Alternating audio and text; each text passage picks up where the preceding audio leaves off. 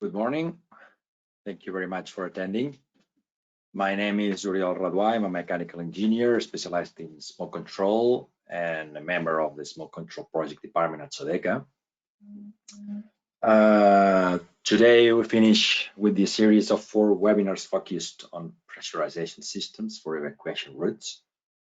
In the first webinar, I talked about the objective of a pressurization system and the system classification according to the European standard, the EN 12101 Part 6 of 2005. In the second webinar, I talked about airflow calculation for fan selection. In the third, I talked about the components of a pressurization system.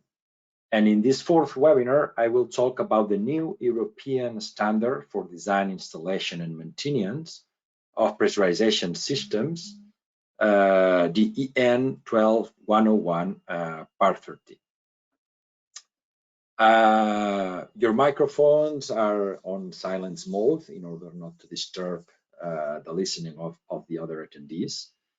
And if you would like to ask me a question, please write it in the question box of your panel, and I'd be glad to take all your questions at the end. So now I will start with the presentation. The content of the presentation will be, first of all, system classification according to the new standard, the EN 12101 Part 13.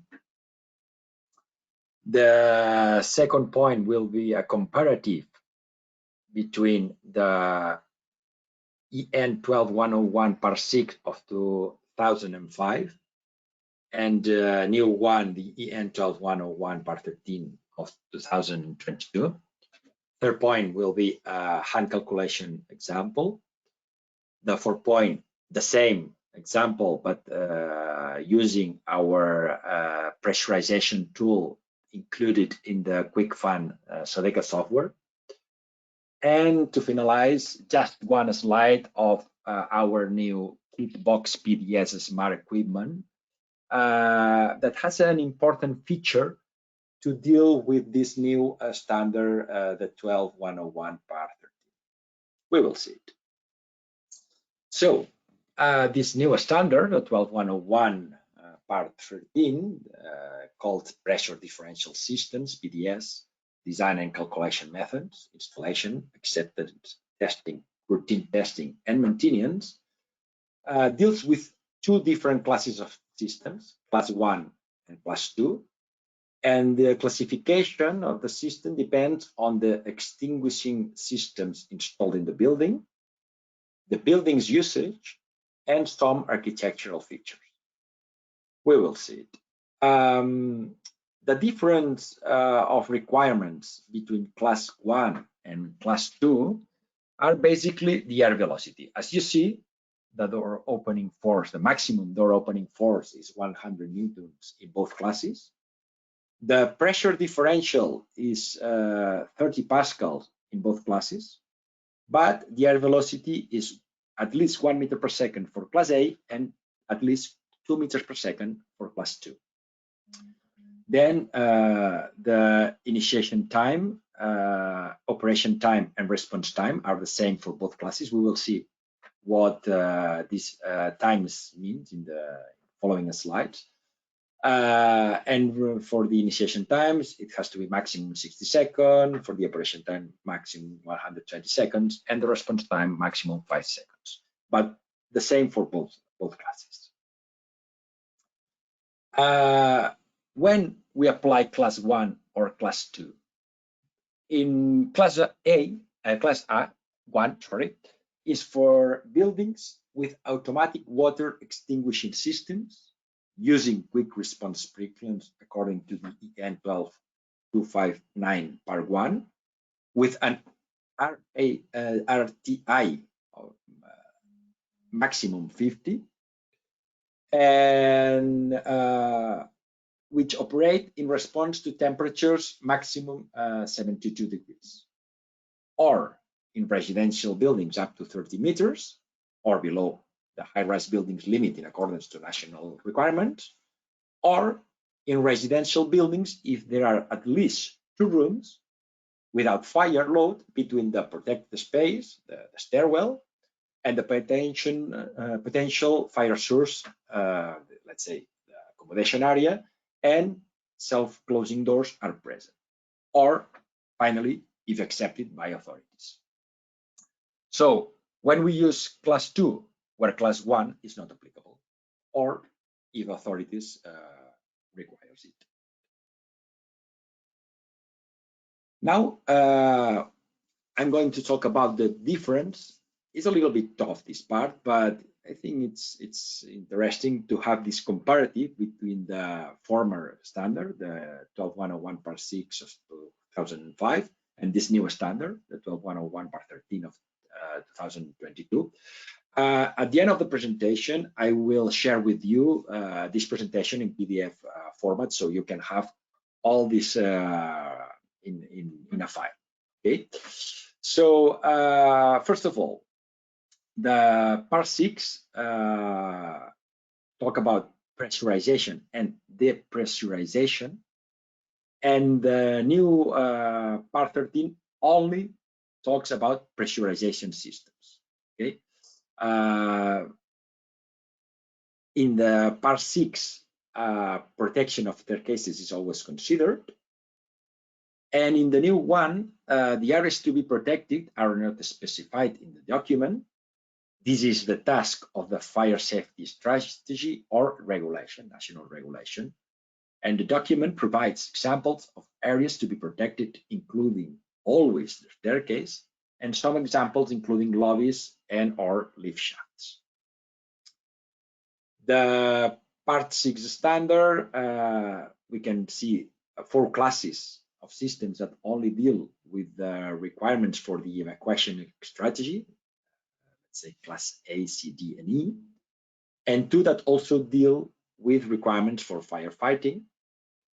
And in the new standard, the part 13, there are only 2 classes of systems, and their application is not directly related to the evacuation strategy or the need to be used for firefighting, but rather to the presence of sprinklers or fire compartments, lobbies and corridors, between the accommodation area, the risk area, and the staircase.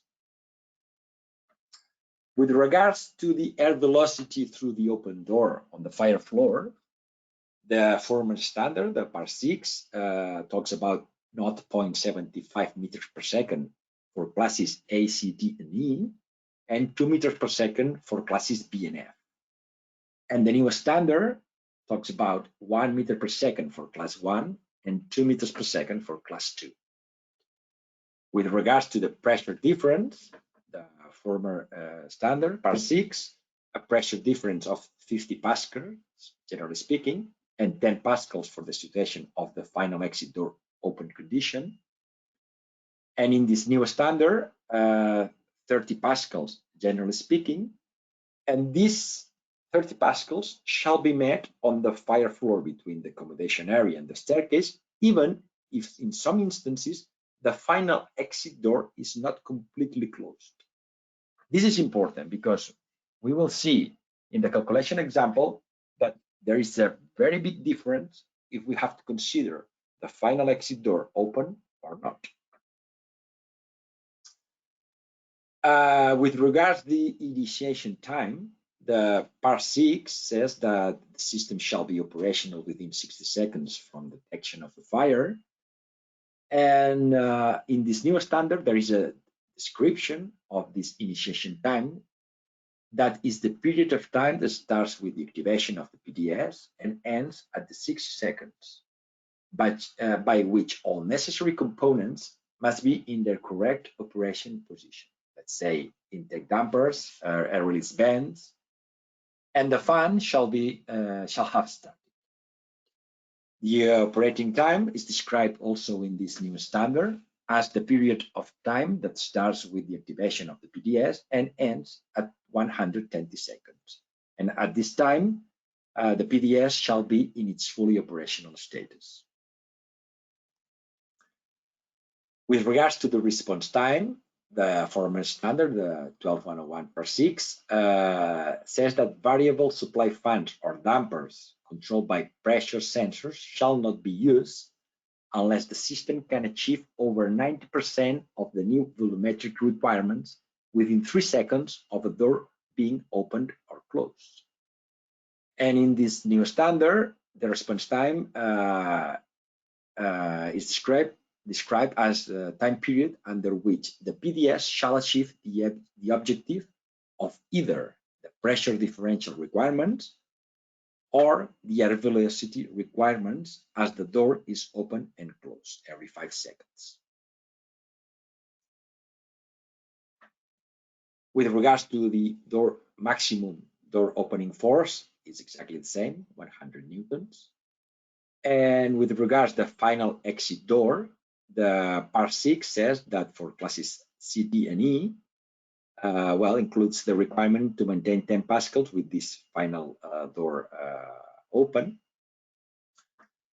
And in the newest standard, there is an interesting part here that says that if the door opening is aided by the pressurization, let's say the final door that opens outwards from the pressurized space, the designers shall ensure that either the door is kept closed, but without causing excess door opening forces when the PDS is not in operation, or if the door is not fully closed, the requirements of table 1 are still made. The table 1 is the first table that we saw that says the pressure difference, the 30 pascals, and the air velocity, 1 meter per second for class 1 and 2 meters per second for class 2. So if we cannot guarantee that the final exit door will be closed, we have to consider this door open when we carry out the calculation.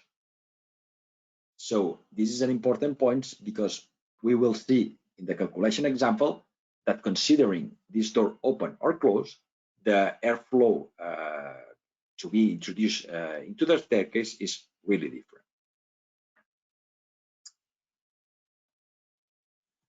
With regards to the air intake, we saw in previous webinars that for Part 6, we see that the standard says that the air intake shall be always located away from any potential fire hazard, that air intake shall be located on or near the ground level, but well away from basement smoke vents to avoid contamination by rising smoke. And if it is not possible that air intakes are positioned on the ground levels, they shall be positioned at roof level. And when air intakes is not at roof level, let's say at ground level, a smoke detector shall be provided in the intake duct within the immediate vicinity of the supply ductwork in order to cause the automatic shutdown of the pressure differential system if substantial quantities of smoke are present in the supply. When air intakes are positioned at roof level, there shall be 2 air intakes spaced apart and facing by a different direction in such a manner that they could not be directly downwind of the same surface of smoke. And each inlet shall be independently capable of providing the full air requirements of the system. These inlets shall be protected by an independently operated smoke control damper in such a way that if one damper closes due to the smoke contamination, the other inlet will supply the air requirements of the system without interruption. In this standard, we can also see that the discharge point of a smoke ventilation duct shall be a minimum of 1 meter above the air intake and 5 meters horizontally from it. Okay? And in the new standard, we see that the air intake should be located the same, 1 meter vertically below and 5 meters horizontally from any building openings. Well, in this case, it's from any building openings, not only as it said, of a smoke discharge point of a smoke ventilation ducts. Here we can see the same, but from any building openings, okay, or to be in accordance with national requirements. As an option, where air intakes on the ground level are not possible, then they can be positioned at roof level or elsewhere in the facade. But for this application, there shall be at least 2 air intakes spaced as far as possible and facing different directions in such a manner that they could not be directly downwind of the same source of smoke.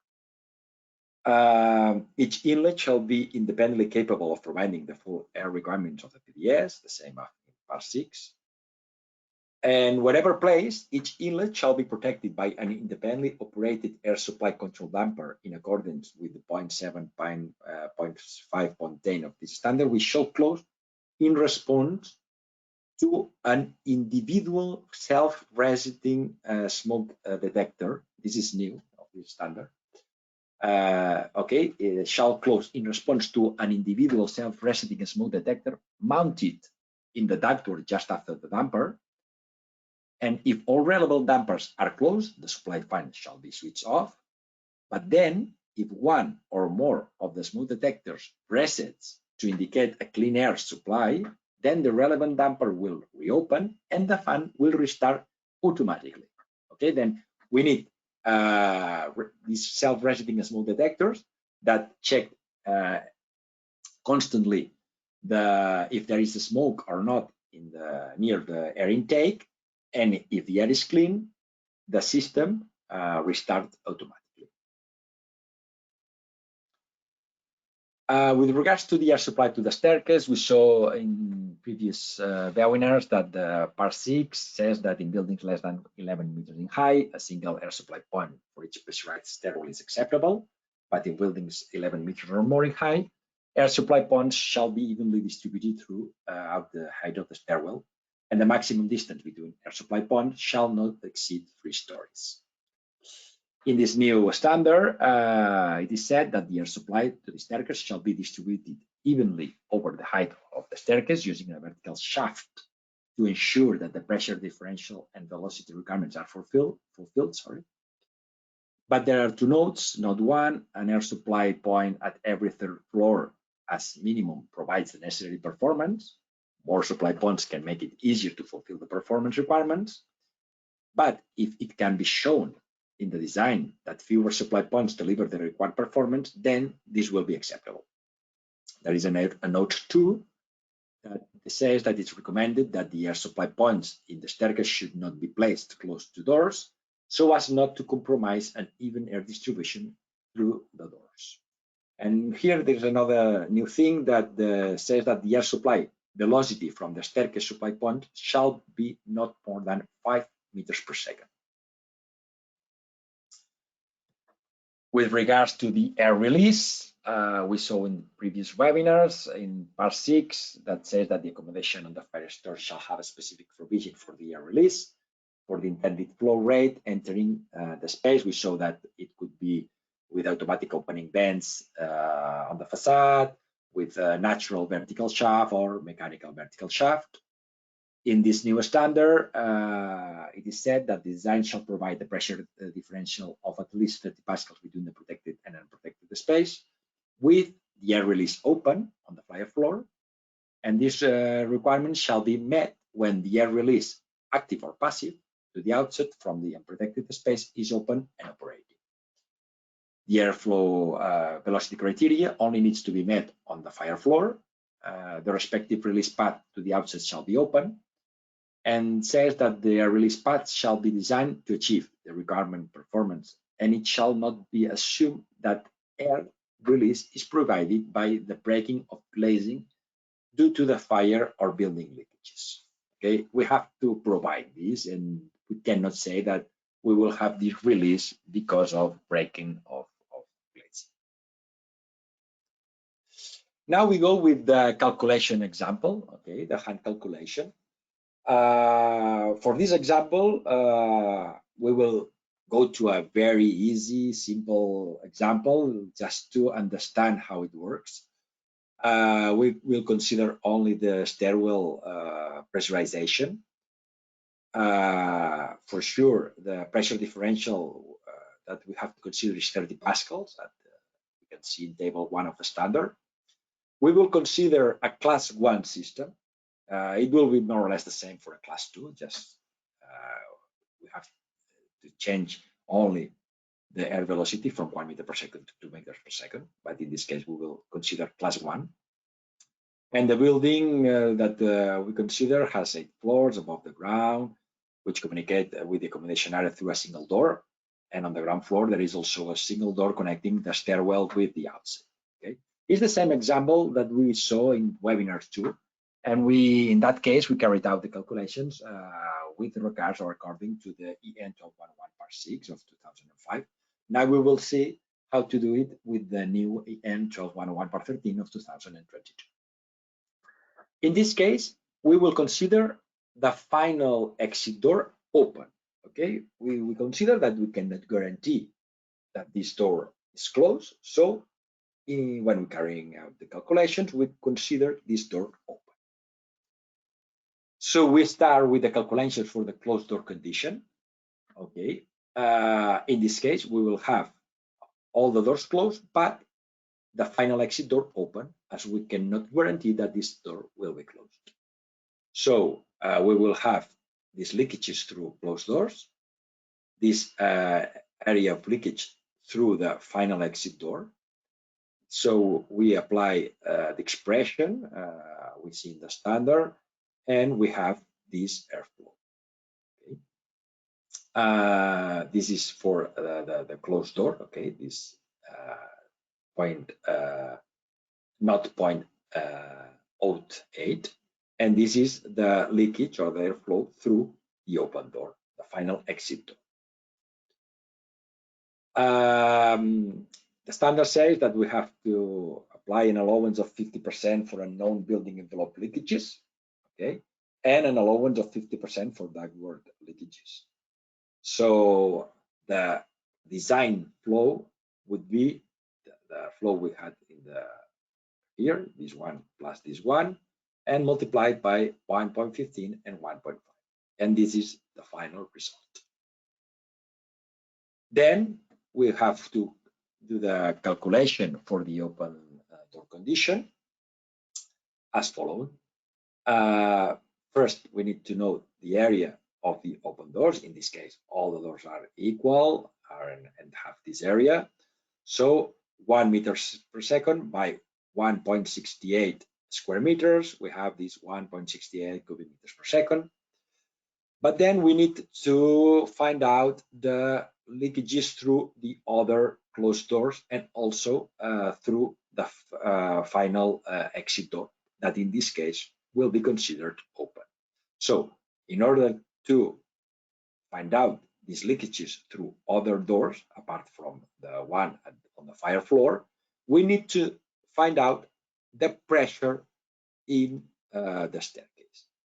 In order to know this pressure in the staircase, we need to know the air release area requirements, that is 2.5 meters per second for the vent area and 2 meters per second for the shaft area. Okay, this will be applied in series. First, we have the release band, and then connected to the release band or damper, we will have a vertical shaft. So we will have these two things in series. So in order to know the pressure in the accommodation area, we use this expression, okay, considering this pressure loss, let's say, in the vent and in the duct connecting the vent to the outside, and we have the pressure in the unpressurized space, let's say the accommodation area. So when we have pressure here, we can find out the pressure in the staircase, applying again the same expression. If you go to the second webinar, you will find these expressions. Okay, now we are applying the same expressions. So now we can know or find out the pressure in the staircase. So if we have the pressure in the staircase and we know the leakages area, in this case leakages through closed door, instead of 8, sorry, now we have 7 because one of the 8 doors is open, is this door. So now we have 7 only. And also we have the leakages through the final exit door open. Okay. And we have also to apply the allowance of 50% for ductwork leakages, and we have this final result. Okay. So we have calculated the airflow that we have to supply into the staircase for the closed door criterion and for the open door criterion. And in order to select the fan, we have to take the greater value, in this case, this value. Okay. Now, I'm going to carry out the same calculation, but with our quick fan tool. Okay, I go to the quick fan. Here we have the tools of the quick fan, and if we go to this stairwell pressurization tool, we can open it, and here you can select the standard that you want to apply for the calculations. In this case, we want to apply this new EN 12101 par 13 of 2022. So we go to this standard. In this case, we have a class 1 system. So we can select here class 1 or class 2. Okay. Then here we have to write the 30 pascals, because for the new standard is 30 pascals. We will not consider any pressurization of any elevator shaft. Okay. And in this case, here the landing gate or the final exit door will be considered open. Now we only have to go level by level. In this case, the ground floor, we have a single door opening out from the stairwell, okay, one door, and we have to write the area of this door. It was 1.68, okay, so we have this for the exit for the ground floor level. Now we can add other levels, okay, so in these other levels we have only one door opening into the stairwell, okay, like this, and the area of these doors is 1.68, okay, and we have the same. We can copy and paste for all the levels, for 3, 4, 5, 6, 7, and 8. So now you can see more or less the same results. Here maybe there are some slight differences due to the approximation, okay, that we did in the hand calculation, but it's more or less the same results. And the important thing here that I would like to show you is the difference between considering the final exit door open or closed. Here is the landing gate open. If I change it from yes to no, you can see here the difference in results. Okay, again, I go with this in yes. We have the results, 34,536 cubic meters per hour. And in this case, if I write here or I check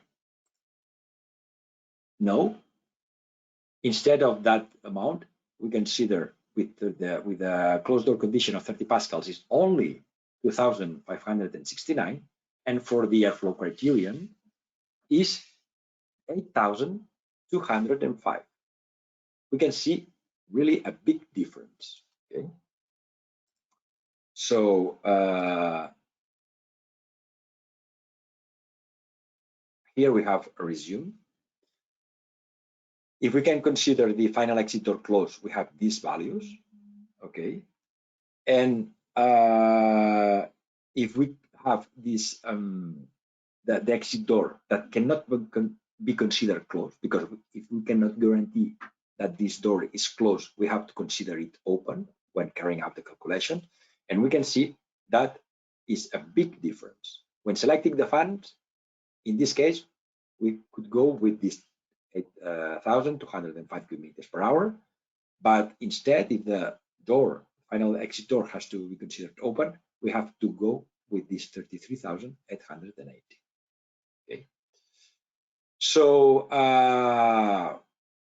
this is why we have designed this our kit box, the new equipment kit box PDS Smart, that integrates a specifically designed software with the most advanced operational algorithm, including the pressure release function.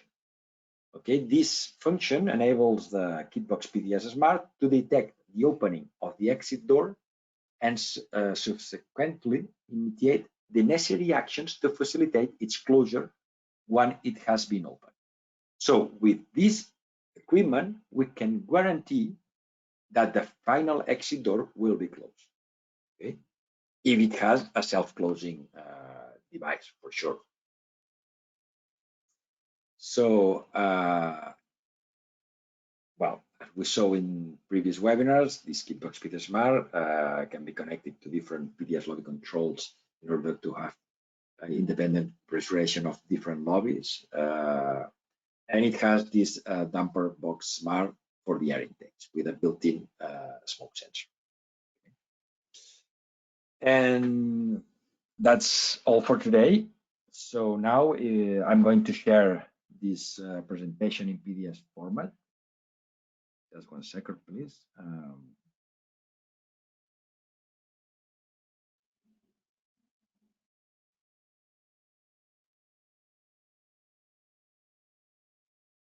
Okay, it's loading. Okay, now you can find this presentation in PDF format in your panel, in the documents folder. And if you have any question, I'll be glad to answer them. I go to questions here. Just 1 second, please.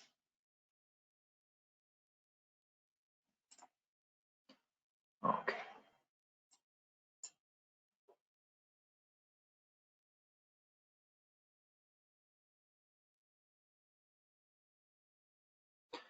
Okay, first question. If there are pressure sensors, do we still require air release? Yes, because there are pressure sensors fulfill one function and air release fulfills another function in the system. Pressure sensors are needed to ensure that we will not exceed these 30 pascals of pressure difference in order not to overcome the door opening force. Okay, but the air release it has another function. The air release function is to ensure the airflow path, so from the stairwell to the outset, so that the pressure between the accommodation area and the stairwell does not equalize. If we have this airflow path, we will always have this differential of pressure. But if we don't have this air release that is a path for the air to go to the outside, the pressure between the stairwell and the accommodation area will tend to equalize quickly.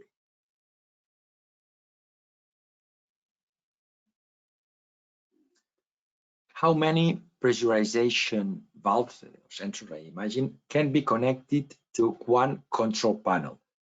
Yes, in the case of the Kitbox PDS Smart, we can connect up to 20 pressure differential sensors. Okay, this PDS lobby control that is basically a pressure differential sensor, apart from having other functions as to allow the opening of dampers, but it's basically a pressure differential sensor, and we can connect up to 20 of them to the central panel.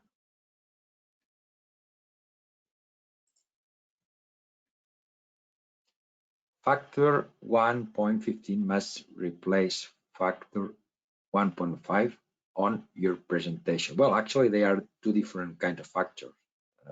Factor 1.5 is for known leakages, and factor 1.15 is for leakages to the ductwork. Okay.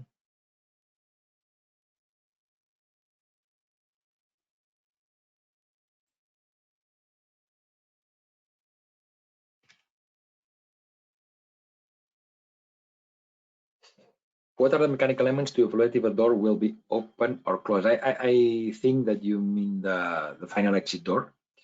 Actually, with this Kitbox PDS Smart, we don't use mechanical elements. We do it thanks to an algorithm that knows if the door is open or remains open, but analyzing the pressure difference at every moment. And it has an internal algorithm that can find out if the door has closed or not.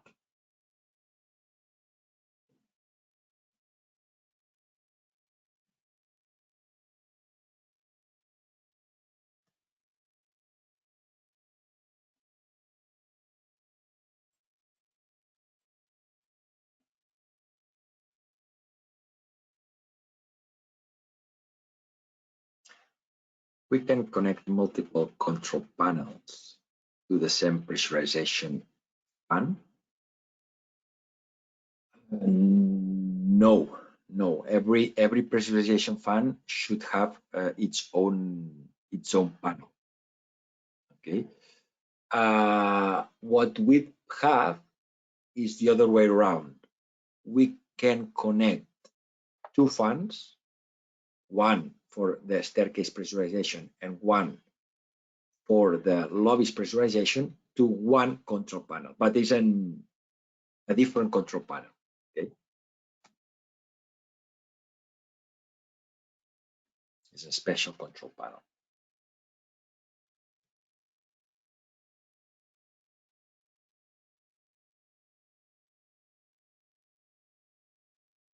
Good morning, thank you. What are the average speeds that are normally used for the calculation of ducts? Considering the flow rate, this would present huge spaces for ducts. Yes, you're right. We recommend not to overcome 10 meters per second in ducts. I know that sometimes it's difficult because of the lack of space, but if possible, we should not exceed this 10 meters per second. Okay. But here we have to bear in mind that noise is not a big deal here because it will only work in the event of a fire. This is not a system for comfort. And well, if we have speeds that exceeds this 10 meters per second, we will have greater pressure loss. So we have to consider it when selecting the fan.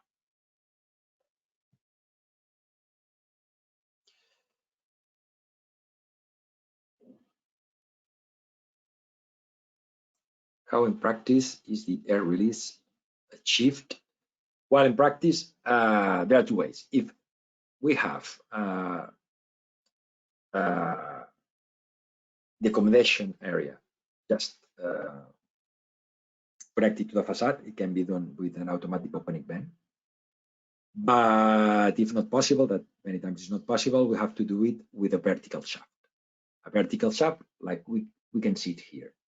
A vertical shaft with smoke dampers every level, and only the smoke damper on the fire level should open and the others remain closed. So, okay, the air and smoke can evacuate through this vertical shaft. Yes, we need another shaft. We have to start to do things properly, let's say. Yes, we need the shaft for the air supply into the staircase. If there are lobbies and we want to pressurize lobbies, the shaft for the lobbies, and then the shaft for the air release.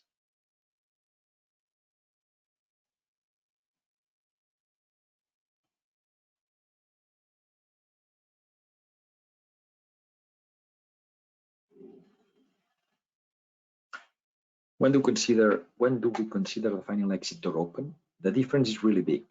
Is there any point in the norm that indicates in which case we must consider the final exit door to explain the contractor, for example? Well, it's quite simple. if you cannot guarantee that the final exit door will be closed, you have to consider it open. It's simple, but I know it's quite tough. But we can say that the question should be the other way around. I mean, the question should be, when do we consider the final exit door closed? Well, we can consider it closed if we can guarantee that it will be closed. If not, we have to consider it open.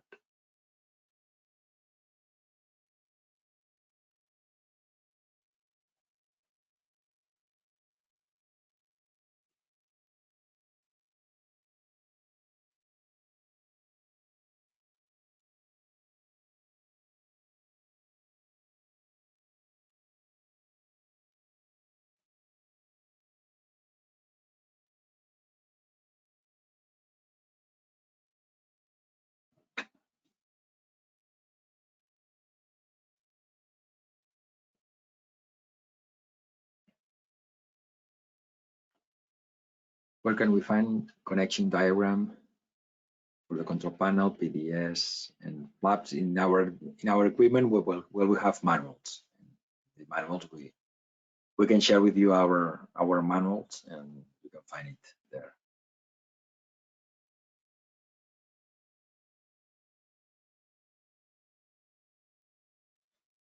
Do the pressurization systems need to be independent, say one for stairs, lobby, and lift? Yes, they should. They should be.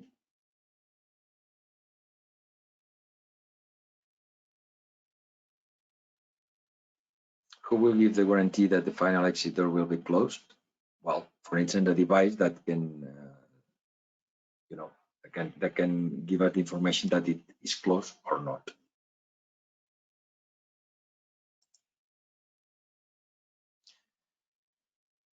Where can we get this manual? Yes, please ask for your distributor or contact. And in this case, is something that the sales department will deal with. Our export team will deal with it.